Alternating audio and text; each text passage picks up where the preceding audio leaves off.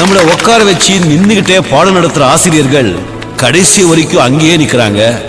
ஆனா நாம உணர்ந்து எங்கேயோ போயிட்டு இருக்கோம்.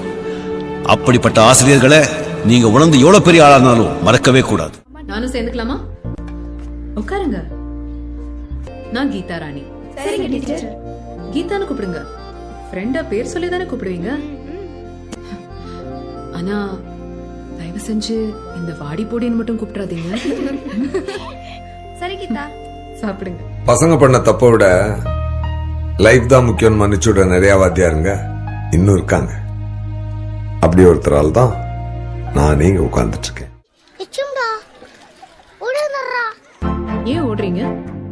என்ன பார்த்தா பேய் பிசாசு மாதிரி இருக்கா? தண்ணி குடிக்க தானே வந்தீங்க. தப்பு பண்ணாதான் பயப்படணும். சரியா?